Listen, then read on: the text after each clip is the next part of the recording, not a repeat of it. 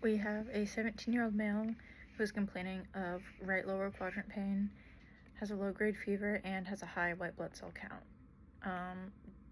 The physician wants to order a CT, and we think that should be a routine abdomen pelvis with contrast. Because of his symptoms, which he's showing signs of appendicitis with his right lower quadrant pain and his elevated white blood cell count. And it would be a routine abdomen pelvis instead of an appendicitis or appendix scan, because we want to differentiate any other possible causes of his abdominal pain. We have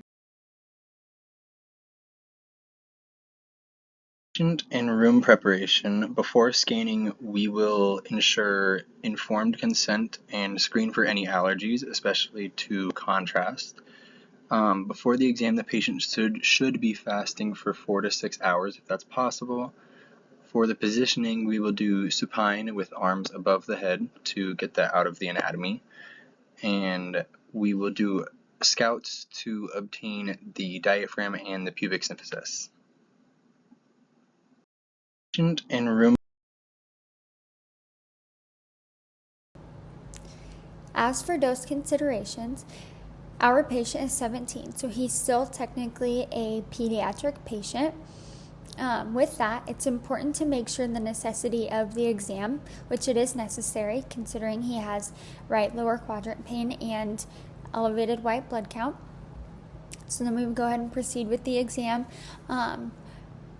It's important to select the correct protocol and also to look at your patient's size and adjust the technique so it's appropriate.